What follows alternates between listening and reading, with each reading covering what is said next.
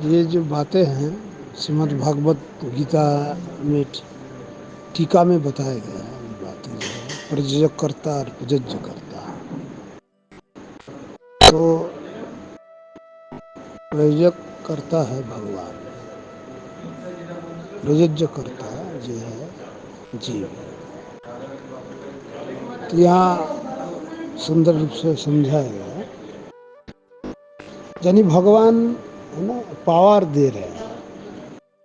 अब उस पावर को लेकर के हम गलत काम में लगाते हैं तो गलत हो जाएगा। उन पावर को लेकर के हम अच्छे सेवा में लगाते हैं तो अच्छा हो जाए, है ना। इसलिए भगवान पावर दे रहे सब, है ना। इसलिए गीता में क्या कहा कि कर्मण्य बाधिकारस्ते माँ फलेषु कदाचन। हाँ जी, की कर्म का अधिकार तो दिया हूँ, लेकिन फल का अधिकार तुम हो। जैसे करोगे ऐसे ही भरोगे। इसीलिए कहा गया सर्व कर्म फल भोग मान, सर्व कर्म का फल भोग ही करता है। तो गीता में भी कह रहे हैं जत करसी जदस्नसी जज्वासी जदासी जत जत तपस्या पंत तत्पुरुष मदर्पण।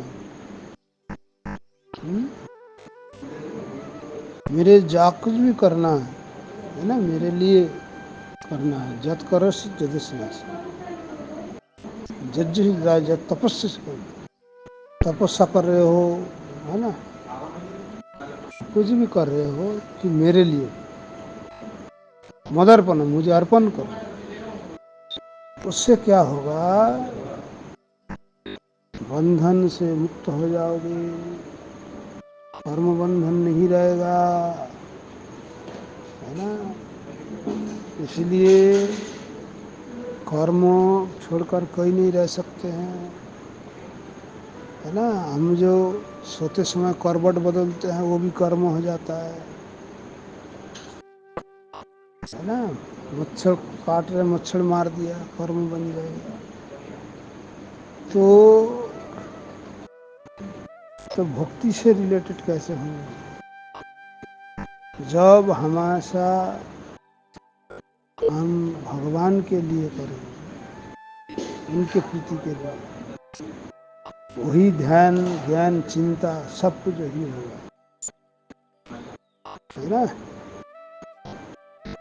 तब वो कर्म नहीं रहेगा, वो विजय बन जाएगा, भक्ति बन जाएगी। क्योंकि ब्रह्म संहिता में भी यही कह रहे हैं कि भक्ति के प्रभाव से कर्म काटता है और दूसरा कोई का उपाय नहीं है कर्म काटने के लिए।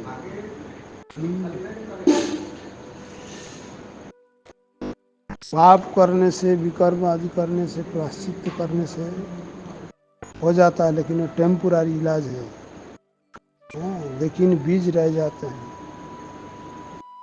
संपूर्ण रूप से पाप बीज को भी उखाड़ के फेंकना है तो एकमात्र भाई भक्ति करनी है ना। भक्ति जो है बहुत ही ताकत वाली होती है, इससे ताकत और किसी में नहीं है। कर्म में नहीं है, ज्ञान में नहीं है, योग में नहीं है। इसलिए भागवत में बताया न साधयति मांग योगा न शंखं धर्म उद्यम न शब्दस्तपस्तक जत भक्तिर्मार्जिता। कृष्ण कह रहे हैं साधना से नहीं होगा, योग से नहीं होगा, तपस्या भी नहीं होगा, एकमात्र भक्ति के द्वारा सब कर्म कर जाएगा। इसलिए हमें सबको भक्ति करना चाहिए, भक्त बनना चाहिए और निष्काम निस्वार्थ जो है सेवा करना चाहिए। क्योंकि जब तक सेवा करेंगे नहीं, उनका मन कभी सुख नहीं होगा, मन ठीक नहीं रहेगा तो शरीर भी ठीक नहीं रह सकता। तो इसलिए फिलोसफी है, भागवत में कहा भक्ति परसनु भवो विरक्ति अन्यत्र चई क्षत्रि का होगा प्रबुद्ध मानस यथास्मृत खुद पायन भाषम। क्योंकि जो भक्ति होती है उनके अंदर ये 3 लक्षण दिखाई देता है। क्या क्या? उनकी संतुष्टि होगी, अनुभव होगा और संसार से विरक्ति होगी। जैसे भूखे आदमी को भोजन मिलने से खुश हो जाते हैं, और जब वो हर मुट्ठी में जब मुंह में डालता है उनका पेट भरता है।